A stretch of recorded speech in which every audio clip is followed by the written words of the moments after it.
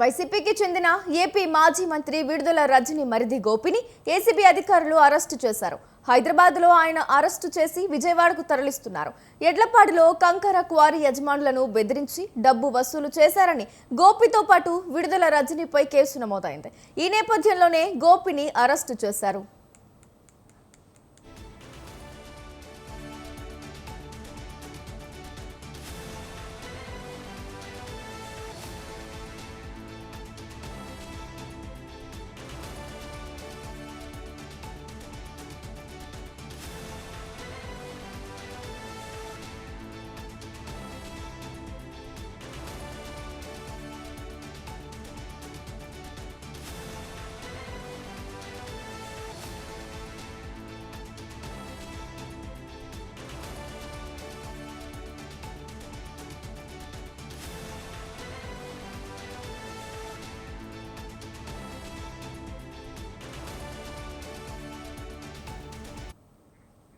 వైసీపీకి చెందిన ఏపీ మాజీ మంత్రి విడుదల రజని మరిది గోపిని ఏసీబీ అధికారులు అరెస్టు చేశారు. హైదరాబాద్లో ఆయన్ను అరెస్టు చేసి విజయవాడకు తరలిస్తున్నారు.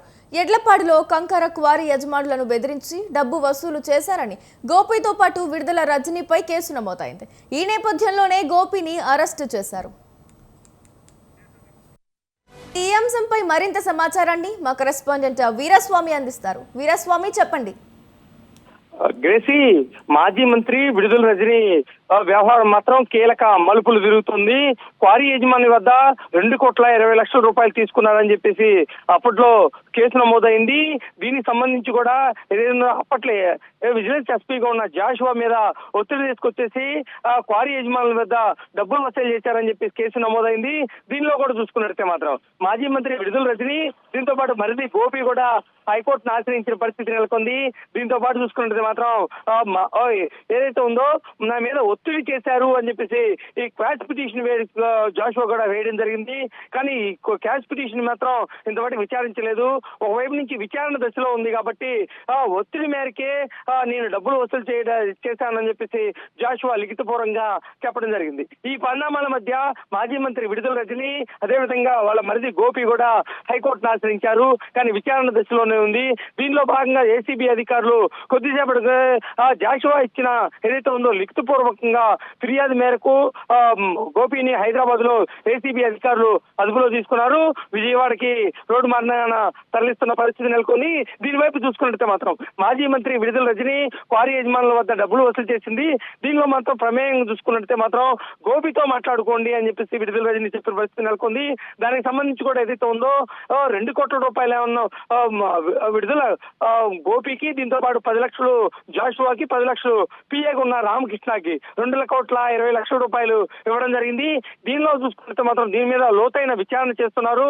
దీనికి సంబంధించి ఈ డబ్బులు వసూలు చేసిన తర్వాత విడుదల రజనీకి ఇచ్చారా లేకపోతే ఇంకెవరికైనా ఇచ్చారా అని చెప్పేసి ఏసీబీ అధికారులు దీని మీద కూడా ఏదైతే ఉందో లోతుగా విచారణ చేసే అవకాశాలు ఉన్నాయి. దీంతో పాటు చూసుకుంటే మాత్రం కోర్టులో కేసు విచారణ దశలో ఉంది కాబట్టి మాజీ మంత్రి విడుదల రజనీని కూడా పిలిచే అవకాశాలు కూడా కనిపిస్తున్నాయి. దీనికి సంబంధించి చూసుకున్నట్టు మాత్రం ఎప్పటి నుంచో చూసుకుంటే గతంలో కూడా చూసుకుంటే కొన్ని కేసులు కూడా నమోదయ్యాయి. వాటన్నింటిని పురం పరిశీలించిన తర్వాత ఈ కేసు మాత్రం ఉచ్చు బిగుస్తుందని చెప్పుకోవాల్సిన పరిస్థితి నెలకొంది. మాజీ మంత్రి విడుదల రజని గోపిని విజయవాడ తీసుకొచ్చిన తర్వాత విచారణ చేసిన తర్వాత అనంతరం వైద్య పరీక్షల తర్వాత కోర్టుకు తరలించే అవకాశాలు కూడా ఉన్నాయని మనకున్న విశ్వసనీయ సమాచారం మేరకు తెలుస్తుంది. దీని వైపు చూసుకున్నట్టు మాత్రం విడుదల గోపి ఎవరి ప్రమేయంతో ఆ డబ్బులు తీసుకున్నావు, మీ వదిన ఉన్న రజనీ ప్రమేయంతోనే డబ్బులు వసూలు చేశావా అని చెప్పి అన్న కోణంలో కూడా ప్రశ్నలు తలెత్తే అవకాశాలు కూడా కనిపిస్తున్నాయి. ఒకవైపు నుంచి ఏసీబీ అధికారులు ఇప్పటికే కేసు నమోదు పరిస్థితి నెలకొంది. ఒకవైపు నుంచి ఇక్కడి నుంచి చూసుకుంటే విజయవాడ కేసు నమోదు వెంటనే అక్కడికి కోర్టులో హాజరుపరుస్తారా అన్నది మనం వేచి చూడాల్సిన అవసరం ఉంది. కానీ ఇక్కడ చూసుకుంటే మాత్రం ఇక్కడికి ప్రముఖమైన ప్రాథమిక విచారణ అనంతరం మాత్రం అన్ని ఆధారాలు సేకరించిన తర్వాత అతన్ని హైదరాబాద్ లో అరెస్ట్ చేసిన పరిస్థితి నెలకొంది ఆ ఏసీబీ అధికారులు. ఏం జరుగుతుందనేది మనం వేచి చూడాల్సిన అవసరం ఎంతైనా ఉంది. Gracie, right. Thank you Veeraswamy.